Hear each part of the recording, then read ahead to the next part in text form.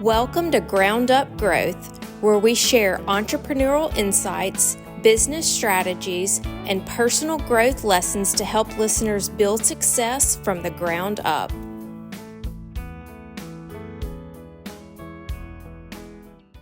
Welcome back to Ground Up Growth. Today we have Trey Bozeman here with Bozeman Meat Company.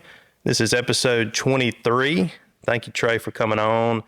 I want to say real quick, this is our first podcast of 2026, and kind of the format I think that we're going to move forward with this year is trying to have these full conversations, but maybe break them up into 2 episodes that we may drop weekly.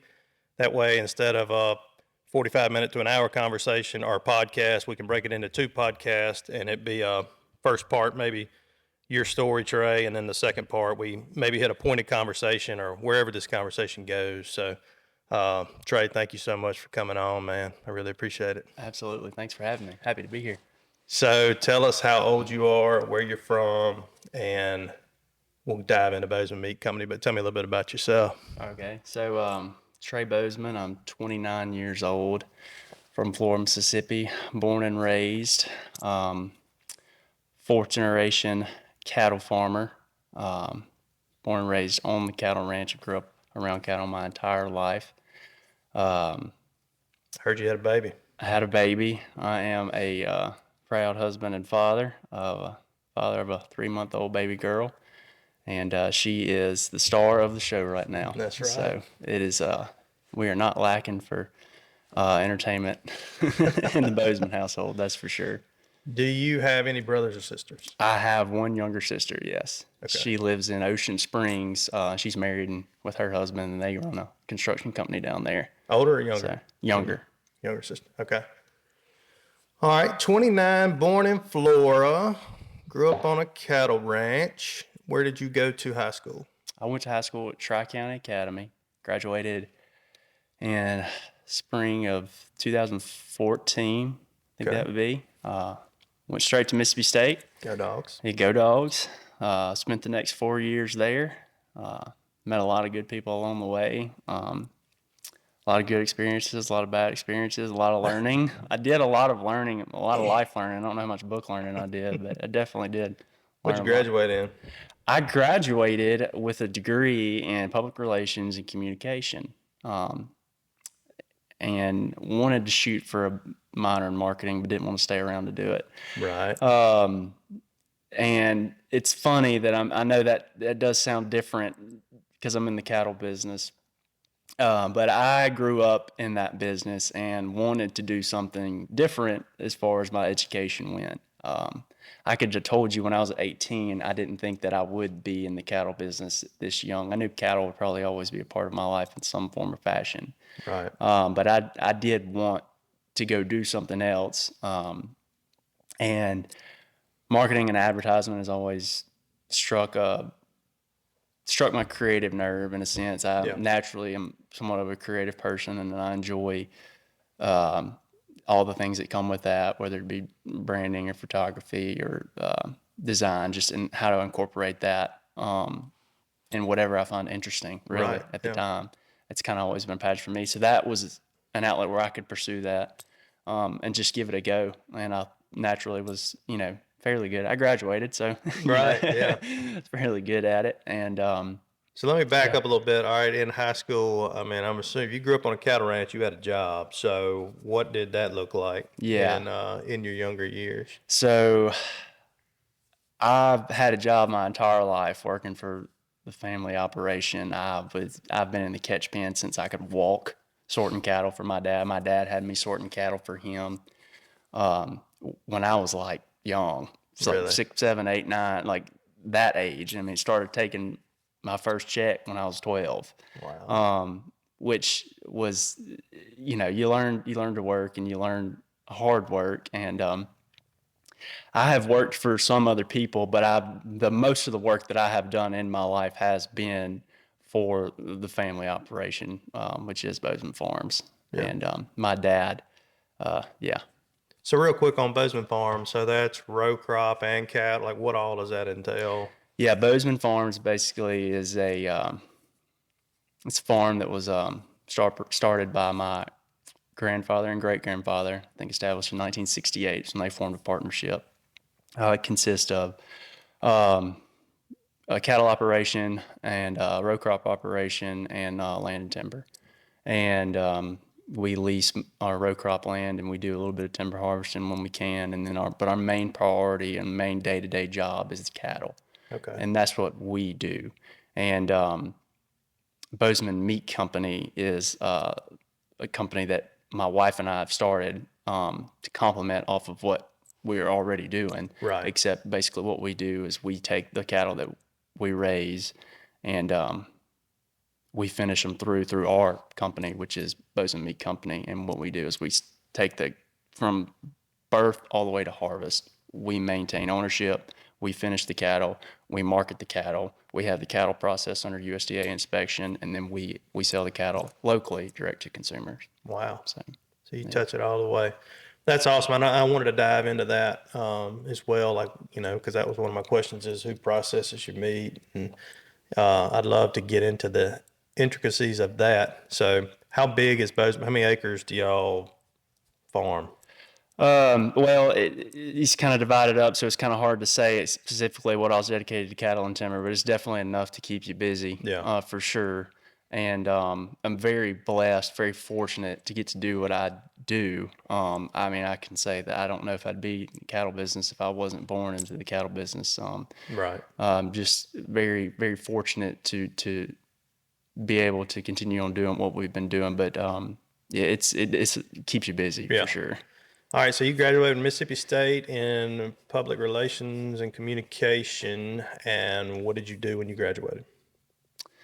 That's a good question. What did I do when I graduated? What did I not do? I guess I struggled to figure out exactly what I wanted, what I wanted to do, which direction I wanted to go. I was probably one of the more challenging periods of my life, trying to figure out which route I wanted to take. I dabbled in a few different things, while also, whether I had another gig or not, I was always around the farm, so I was always helping do something.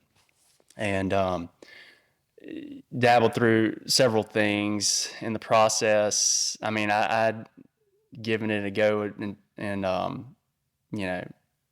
real estate. I'd done some cotton or soybean and row crop farming. I'd done several things, all while working cattle at the same time. And that's about the time where I met my soon-to-be wife, and decided that I wanted to marry this girl. And if I wanted to marry this girl, we probably ought to really get a plan together to think about what we were going to do. Yeah. And she was in Nashville at the time. She's originally from Greenwood. Okay. But she was working in Nashville for a really, really cool company, a denim company in Nashville. And we decided we were going to get married. And, I hadn't really fully committed to exactly figuring out what I was going to do career-wise. It was a struggle there. Yeah. And all the while I'm still working, just trying to figure it out. Mm-hmm. And we decided that, let's get married, and why don't you're in Nashville, you're established, why don't we just move to Nashville once we get married,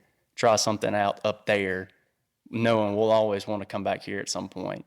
And we had kind of leaned in that direction, and that was February of 2020. Oh, right at COVID. Right at COVID. So COVID hits in March of 2020. The world shuts down. Nashville shuts down, and then she ends up losing her job because everybody was laying people off. And what were you doing when you were up there? I wasn't there yet. Okay. No, that's what I was saying. We weren't married yet, okay, so gotcha. I wasn't there yet. But that was kind of the plan. Wow. And so then we decided, okay, we felt like that was the Lord just saying, no, Nashville's not it. Right. Y'all stay here. We decided to stay here, and that's when I decided to dive headfirst into the cattle business. So what year? That was 2020, yeah. So you started Bozeman Meat Company? I didn't start Bozeman Meat Company automatically. I was continuing to just run our traditional cow-calf operation, which is a commodity farming operation where you own the mama cows, you raise the calves, and you sell their calves at a commodity price, and then it goes into the big food chain system. Where do you sell your calves at? Well, like just for our listeners, kind of walk them through that process of, I guess the difference between Bozeman Meat Company taking it all the way through the process and just traditionally what Bozeman Farms has done on a cow-calf operation. Walk us through what that looks like. Yeah, sure. So I guess I'll start by saying this. There's in the cattle industry, in the beef industry, in the food chain system, there's 4 parts to cattle and the process of them getting them from land to your plate. And there's 4 different operations. And in that operation, you have the first is your cow-calf producers. Those are your farmers that own the cows that are having the baby calves. Those baby calves grow up to be 600-700 pounds, and then they're sold to, which would be phase 2 of this operation, which is the backgrounder or the stocker. So how long does it take to get from calf to 700 pounds? It takes about 9, 10, 11 months. Okay. So, and they can gain weight pretty quick. But yeah, you usually sell them right at a little before a year. Then they go to the backgrounder, which the backgrounder is somebody who's buying 700-pound calves and selling them at 900 pounds, and they're trying to make a profit in between. Where they're selling to would be the feedlot operations. Okay, I was curious what causes somebody to choose a feedlot over just doing their own grazing or whatever. Yeah, I don't. I'm So sure it's that middleman. It's that. Okay. Yeah, and then a lot of feedlot operations. There's family feedlot operations, and then there's this is where it gets tricky. Okay, this is where where people get a little aggravated. Basically, the feedlot operations. They finish the cattle. So basically they're taking that 900-pound steer that was sold from 7 to 9 from the backgrounder. They're taking it, finishing it to 1,300 pounds, 1,400 pounds. They're getting it slaughter ready. Once they get that thing slaughter ready, they sell it to the packers. Wow. To the pack, yes. And that's where things get a little crazy. And I don't want to get too far off topic because I can get into it really bad. But that's the process. And the packers would be people like Cargill, JBS, National Beef, Tyson, and those packers are killing thousands of head of cattle a day, finished cattle, and that's how they end up in the grocery store food chain. Yeah. So that's kind of an overview. Going back, Bozeman Farms is traditionally we are a cow-calf producer that sells our calves at a market price, whatever you can get for them at the time. So your creative mind probably, I'm just assuming, you tell me if I'm wrong, your creative mind is sitting there saying, how can I capitalize on, all right, we're in the deal. We got the land, we got the experience, we got the help, the knowledge. COVID knocked us out of Nashville idea. So here I am, like, how can I capitalize on more than just the cow-calf operation? And then probably your creative mind said, I want to get in this thing. What did that look like? I mean, something sparked you to say, I want to be in this deal from start to finish. Yeah. I would say at some point you have to make up, for me, I always knew what I wanted to end up doing was being on the ranch, taking care of the land. And I never saw myself moving away from that. And then I would say that 2020 did show a vulnerability in our food system, whereas when you have 4 companies that make up 80% of the meat packing in America, and those 4 companies shut down due to COVID, the food system got a little scarce and people freaked out a little bit. Yeah. So that had my creative mind spinning. It was about 2018 is when I first, really thought that, this farm to table thing is definitely a concept that I think could be, that could grow. I think that people want to know their rancher. I could see that kind of coming down. Yeah, I was gonna say that gained a lot of popularity of somewhere around that time frame, just like local. Yeah, I know I can source this stuff to exactly where it came from. And I think that was spurred more by COVID when people were staying home. And I mean, you had people that were, going back all the way to homesteading type stuff, and I think that's huge that you identified the opportunity with the supplement of COVID. Taking advantage of COVID. Most people just in COVID, they just folded up and waved the white flag, but you kind of leaned in, it sounds like, and looked at for an opportunity with it. Yeah, you definitely, I guess most good ideas come out of necessity. You either need something, or you need something different, or you want to change something to fit what you're trying to do.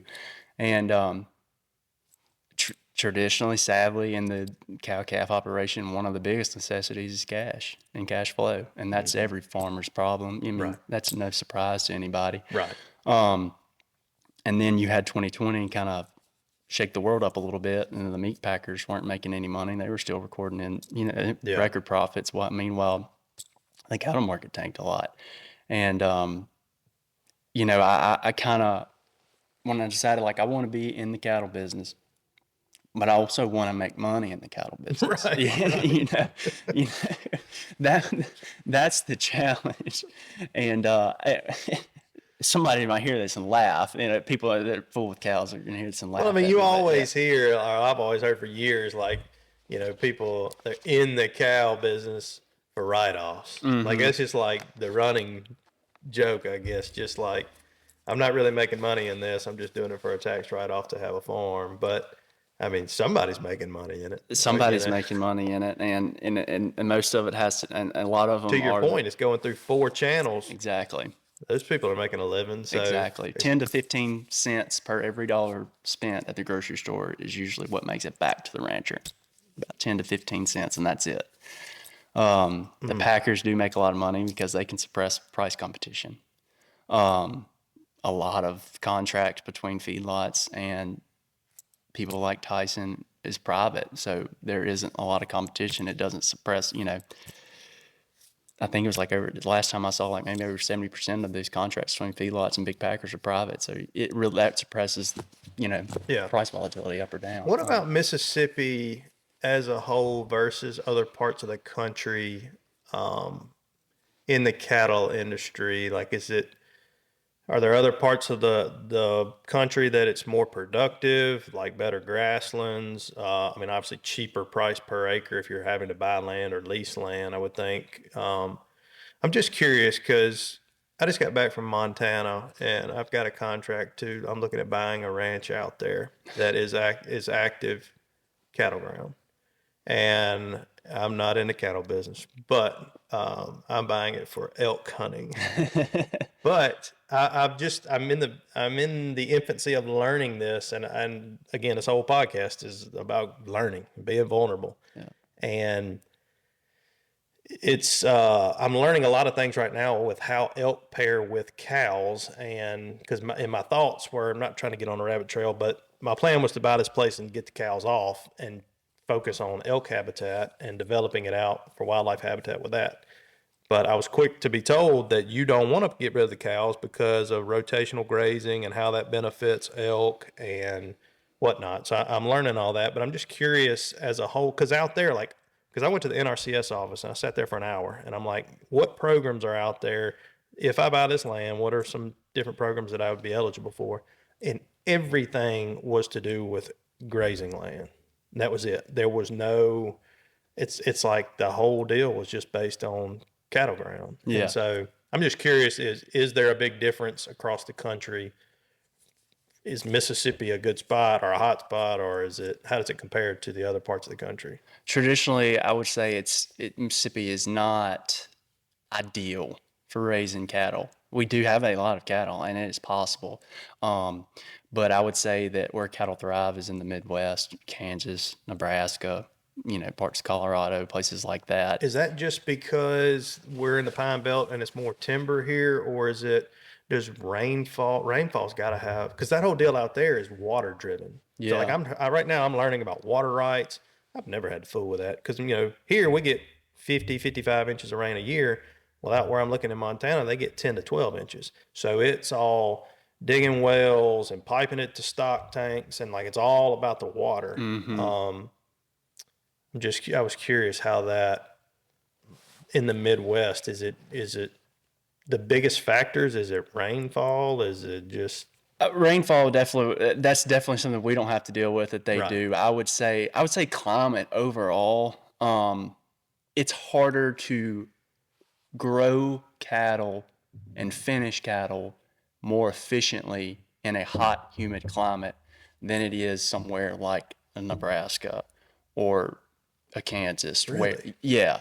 And, So they just thrive in colder weather? Because, I mean, you hear these stories about them freezing to death in North Dakota and stuff. maybe not as much thrive in the colder weather as they just thrive in the milder climates during the summer. Like it's harder. It is harder to put gains on a cow in a hot, humid climate than it is. It's harder here than it would be over there in Nebraska. And I'm also thinking of a finishing sense when it comes to grazing cattle out there. I really don't know much about it. I know that they definitely have a few different challenges as far as rain, and then things never stop growing here. I mean, you can be 60 degrees in January, You're right.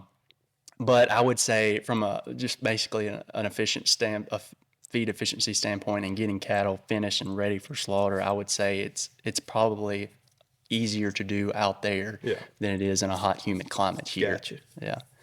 All right, so your wife works with you at My Bozeman wife Meat? works with me. Okay. She is the glue that holds it all together. And I'm telling you, man. So, real quick, because we're kind of getting probably another 10 minutes in this first segment, but finish out Bozeman Meat Company for us. So, walk us through each process, how it gets to my table. And by the way, thank you for bringing that sample. Absolutely. We'll eat it for lunch. Walk us through where you're picking up from where the family farm traditionally leaves off, and then how you get it to the table. Yeah. Okay. So I kind of gave you that whole process of how the traditional market operates. Well, Bozeman Meat Company, what we're trying to do is bypass that entire stocker, feedlot, and packer part of the business. And what we're doing is we're maintaining the 700 pounds weaned steers that are coming off of the farm. We're buying them from the farm. Stays on the same land, stays on the same operation, but we maintain ownership now. And what we're doing is we're trying to take them from that 700 pound weaning weight, and we're trying to get them to the finishing weight of 1,400 pounds, maintaining the finishing process all the way across the board, and then marketing the cattle ourselves. And then in between that, we go to a USDA inspected processor down in South Mississippi, Cutting Edge Meat Company, a great company. They've done a lot for us. They harvest everything to the same USDA specs that it would have to be harvested under if it were killed at a Tyson plant, the same ones. We're not immune to any of those regulations of that sort, so we raise a clean product, and basically we want to bring it back here. We want to feed our community. We want to see the faces that it goes to. And in the hopes of what we're doing, instead of raising a commodity, we're raising a product. And when you raise a product, you can put your price on it, as opposed to just taking what somebody's willing to give you based on what the market does. And that goes back to the whole money in the cattle business thing. I mean, a lot of people are trying to do this because they want to make money in the cattle business, and the traditional way of doing it just isn't really been working. The cattle market's great right now, Right, but it's volatile. but it's very volatile. And so, yeah, to be able to raise your own product, to put your own price on it, and to make a better margin is what people are trying to do. And we believe in the product is better too. So Yeah. So you're in different, how do you get it sourced out to the consumer? Do you have an actual location, or do you go to different places and supply them, or? yeah, so right now I would say our main business model is we sell whole and half quarter shares and 1/8 shares to families. So like your family could buy you could call me and say, Trey, I want a half a cow. I want to stock my freezer, and you'll get a whole half of a cow. And we work that out, just like two people, just like any other product you'd want to buy, right? Like Facebook Marketplace. Exactly. And then our other model, we do have a wholesale model where we sell to our very good friends, Van and Dorothy Killen at Two Dog Farms in Florida, Mississippi. And, they have their own CSA vegetable program where they're growing their own produce right here in Florida, and they're selling it. They buy our products. They have brick and mortar, right? Mm-hmm. And as a rancher, I can't run a brick and mortar store and, be on the farm at the same time. You would have to do a lot of outsourcing. I'm just not there yet. Yeah. They've been a big help. So what they do is they support us, and they help get our product out there. And I'm really passionate right now, being that we're small batch. I mean, we're a small batch beef company. This isn't mass produced. This is very craft. It's very specialized, and it takes a long time. So I'm really focused right now on feeding my community, which is Flora, Mississippi. And my goal is to feed Flora, Mississippi. Whoever wants to be a part of it can be a part of it, be a part of our story, buy our product, and then hopefully grow. And out from there, grow from Flora to Madison County, the metro to the state. Yeah. And, as big as it can get. Wow. How big that is, I don't know. Right. How big I want that to be, I don't know. Right. But yeah. So do you have any employees, or is it... No. You're looking at them? Yeah, you're looking at it. You're looking at them. I would say my wife is my business partner, and she definitely does a really good job of keeping us on track from a financial standpoint on how things need to operate. And I'm always, I'll call her and be like, hey, I need to make a purchase. How we looking, stuff like that. But yeah, it is just me. And hopefully I would one day like for it to not just be me. Yeah. You're in the middle of some major, that's growing pains is what you're in. But I mean, the determination you got, the creative mind you got, the experience you've got from being in the catch pen since you can basically walk. I mean, that's an incredible story, and there's no fluff there. I mean, that's extremely authentic. And I can feel your passion in this, and I think that's awesome. And I think, man, you're going to continue to do really good with this. So, I am looking forward to helping pump your name on it. And, man, I'm fired up. I can't wait to I appreciate eat the sample you brought. Well, that's what it takes. Right. That's what it takes is people willing to support you and push product. And we strive to create a product that you can push and feel good about. So, well, I'm excited about jumping into the second part of this, and we can go from there.